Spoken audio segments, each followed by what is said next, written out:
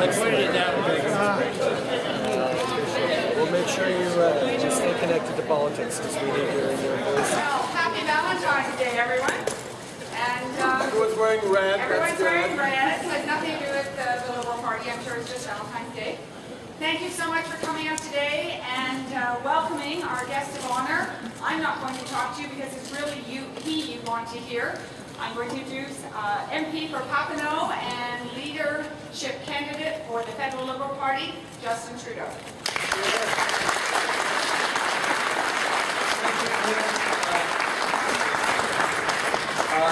Kim Rudd has been traveling around with me over the past couple of days. It's amazing to see how many people she knows right across Eastern Ontario, but here in Cobourg she's very, very proud of all of you, and she bent my ear about the extraordinary things happening in this community over the past months and years, and it's a real pleasure to be here.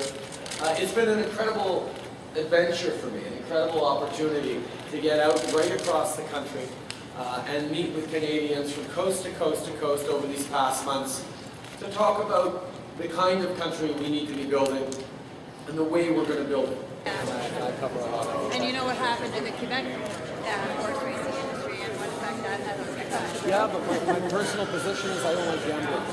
I think it's a tax on the poor. But yet in Ontario we want 29 casinos. I know, and I'm not crazy about that either, but again, it's a provincial jurisdiction and I respect the province's decision and possibly responsibility. So it's okay that 55,000 people are going to be put on No, I think the kinds of decisions that this government has taken, the federal government that has left far too many people long-term unemployed, is moving in the wrong direction. And that's another example of the reality is we are getting more and more cynical as a people over the past few years. We're disengaging from politics. We're not believing in the capacity of our politicians to actually serve us effectively, either in the short term or in the long term. And because of that, Canadians are beginning to despair. But the reality is, if we are cynical about politics, we're also tired of being cynical about politics. And the crowds that have come out right across the country have really been humbling, encouraging, and touching. Even in places like rural Alberta, where you know they're not coming out because they love my last name. People are coming out because they want to be part of politics once again. People are tired of being taken for granted, of electing people to be their voice in Ottawa and receiving instead the voice of the Prime Minister back in their ridings. Canadians know that we deserve better. And that's what this campaign is about.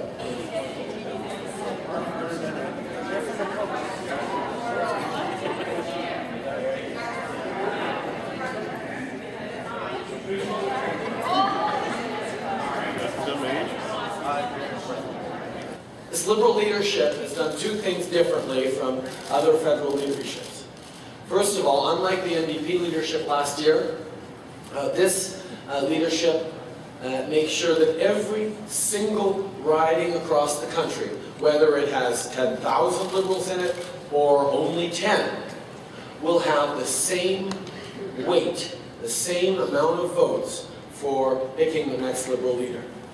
Now this means that Liberal candidates, the 9 of us, have been crisscrossing the country, going to where the Liberal Party hasn't been historically strong or used to be in ancient history but isn't much anymore, and reconnecting with Canadians, because we need to be once again the party that speaks with, to, and for all Canadians.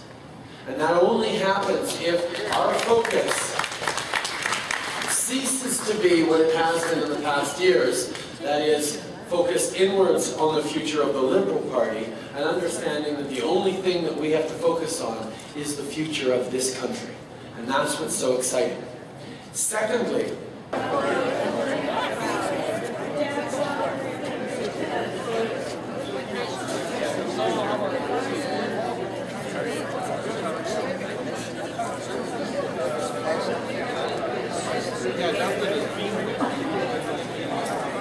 as we get out across the country, we recognize that people are wary of the identity around politics these days. Nobody is as wrapped up in being a card-carrying liberal with, you know, they can demonstrate their antecedents and all the stories that made them liberals all their lives. There are still strong liberals like that around the country, but people are much more fluid in their identities and pragmatic in their approach. So we decided that because the past leadership styles of the Liberal Party haven't really worked, that instead of getting Liberals to choose who our leader is going to be for Canadians, we're asking Canadians to choose who the next leader of the Liberal Party will be for Liberals.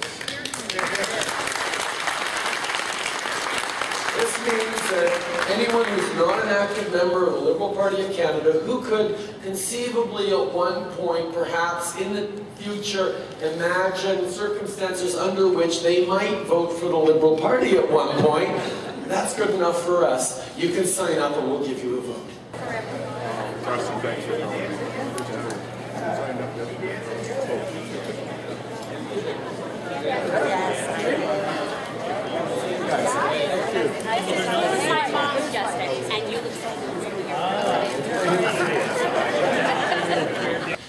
We're allowing people to sign up online or on paper. I'm sure there are clipboards floating around here. Online at justin.ca. And if you sign up before cutoff, which is actually coming fast in a little over 2 weeks, you will be able to vote, again online or by telephone, in the second week of April to pick a new path for both the Liberal Party and this country. And what underlines that particular initiative is trust. The idea that, politicians will keep saying, oh no, we have to, get Canadians to trust us once again. Well, you know what?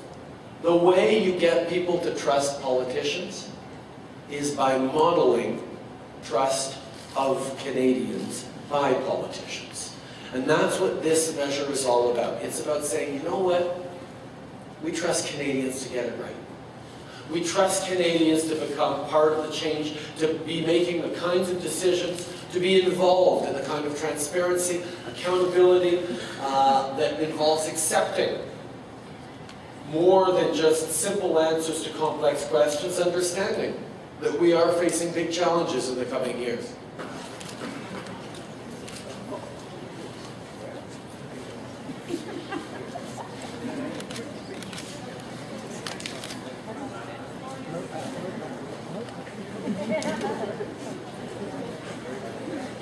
Understanding that it's not good enough to just put a band-aid on a problem and hope that it'll hold till the next electoral cycle.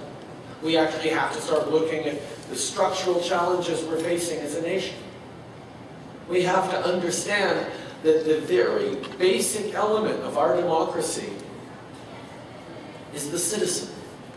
And Canadians are great at being good citizens. We're active in our communities, in the world around us. We're present in big international issues and single-issue causes, particularly young people. But when it comes to actual politics, people tend to disengage. We believe the worst.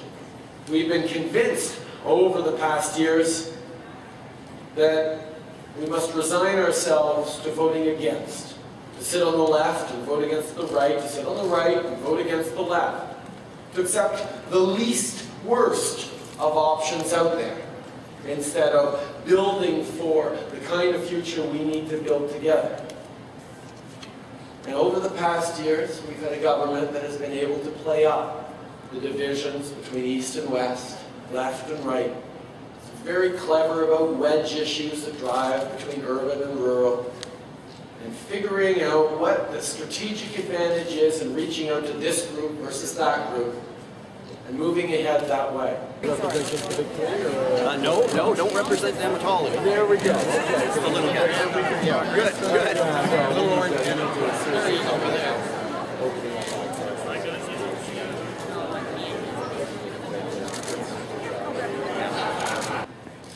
Now, let us not kid ourselves.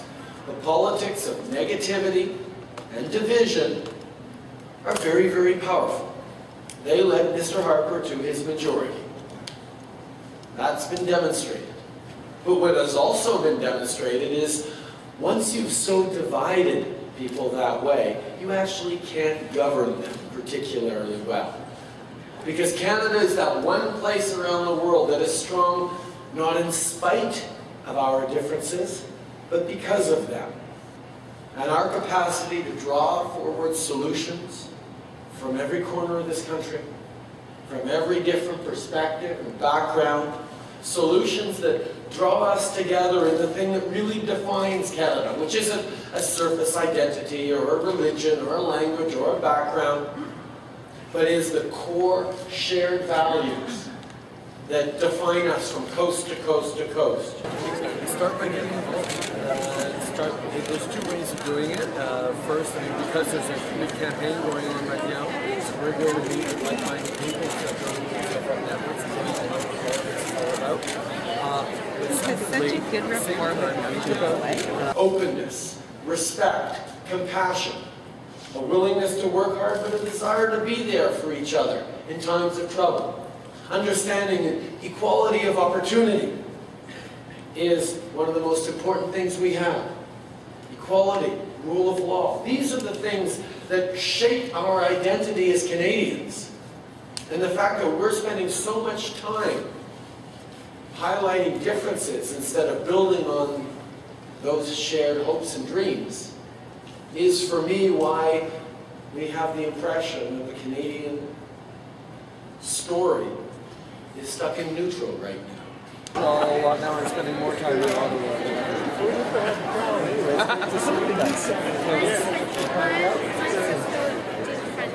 Yeah, right. I don't know any French. Just pick it up if you go to my shop. Keep practicing. Anyway, great to see you there. I mean, the government is very proud to talk about the fact that the Canadian economy is flourishing, and you know what it is. But the reality is the Canadian economy, which has done very, very well over the past 30 years, we've more than doubled in size, grown by over 100%. The reality is median family incomes in this country, average middle-class incomes, have increased by only 13%. That's why a few years ago, when a pollster asked the question of Canadians, do you think that Canada is doing well? This government has done well to bring us out of the last recession? Canadians, by and large, said, yeah, this government has done okay by Canada. And then the next question was, do you think this government has done well by your family in terms of getting you through this recession? And overwhelmingly, Canadians said, yeah, no, not so much. Because with income stagnating and costs rising, personal and household debt is exploding. And for the very first time, there is a breakdown of the basic premise of this country, the basic promise of this country, which is that every generation can work hard, create their success, and offer more opportunities to the next generation than ever were had before. And for the first time, that no longer holds. Canadians right across this country are worried that our kids and our grandkids won't have the same kinds of opportunities or quality of life that we were given by our parents. Easy job. Do you want to talk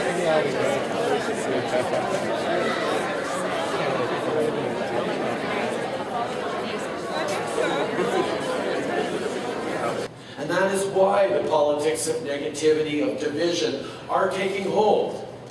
Because in times of uncertainty, it's always easier to point fingers, to lay blame, to try and say, oh, it's their fault. And that's why Mr. Harper, with his positioning, defending the West and attacking the East in Quebec, or Mr. Mulcair, who's decided to do the same thing and play up to dangerous sovereigntist sentiments with his attacks on the Clarity Act to reach for votes in Quebec, or to put an X over Alberta and our resource economy with his attacks about the Dutch disease. We are seeing two political parties that are picking and choosing the kinds of people they want to represent. Take off. Thank you so much.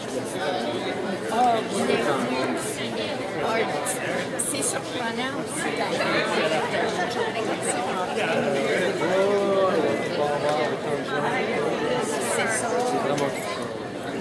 The Liberal Party, we want to represent Canadians. Canadians from coast to coast to coast.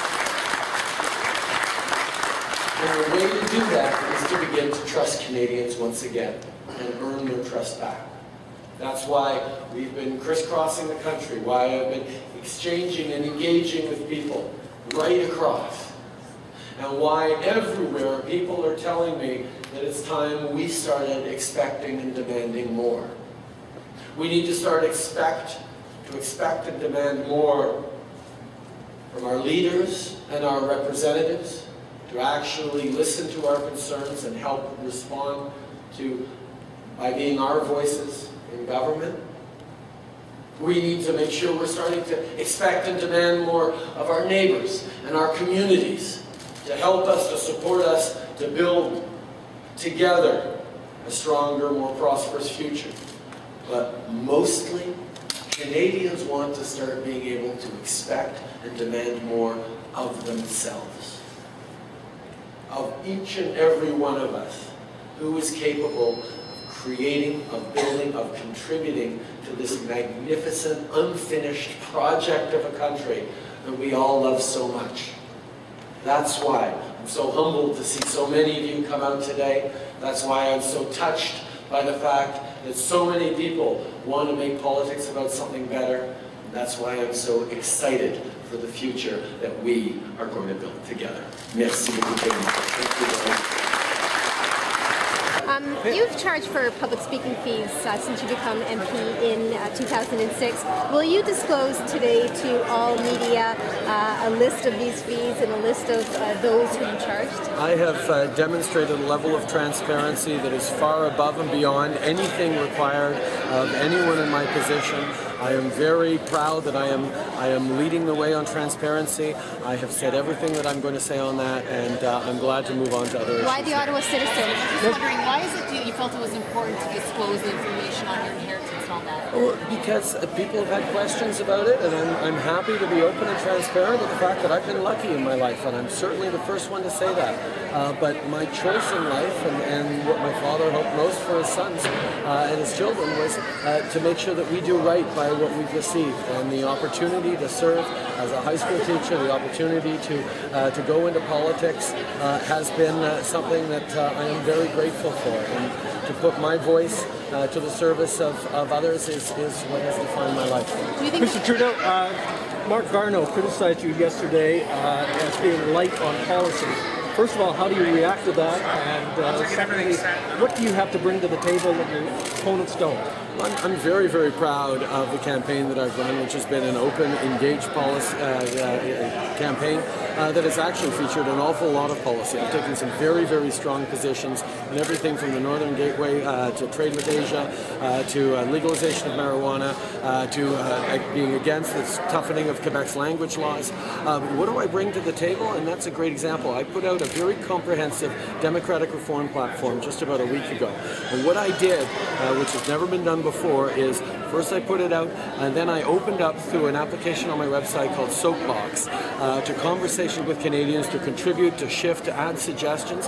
In that very first 24-hour period, we got more than 25,000 visitors who came to participate in the kind of generation and refinement of policy that the Liberal Party has to be about over the coming years. I'm very, very proud of the fact that my campaign is leaving a lot of room for Canadians to be part of the discussion on how we're building the future. Well, what's your reaction to Mark Garneau's criticism that you're not being open enough? I'm being extraordinarily open. That's what is characterizing my campaign, and I will continue to. I'm proud of the 8 other candidates that we have in this race, who are all strong, compelling figures who have a tremendous amount to offer and to serve this country. And I'm just glad of the energy being generated by this leadership race. Mr. Trudeau, I'm wondering why you've decided to come to this rural area of Ontario. Why do you think your message will resonate with people here? An awful lot of rural Ontarians are feeling disenfranchised right now because they elected people to be their voices in Ottawa, and what they got instead through this Conservative government is people who are the voices of the Prime Minister's office across rural Ontario. And Canadians know they deserve better. In this response, everywhere I go across the country, and there are most places, the vast majority of places across the country are places where the Liberal Party is very weak, because that's where we are. This is about rebuilding, reconnecting, and getting Canadians to understand that we can do much better in terms of the representation, in terms of our political involvement, and in terms of the world we're trying to build together. Last question. What is your strategy for winning this riding? The strategy for winning this riding is very similar to the strategy of winning the country back, winning the country over. Regaining the trust and confidence of Canadians by connecting with them, by working with them on the ground, and by making them believe once again that politics can be more than attacks and negativity and simple sound bites and band-aid solutions. Canadians know we can do better than what we have right now, and that's why the hundreds of people are coming out to every small town and rural area across this country that I get out to, and it's inspiring and humbling. Thank you very much.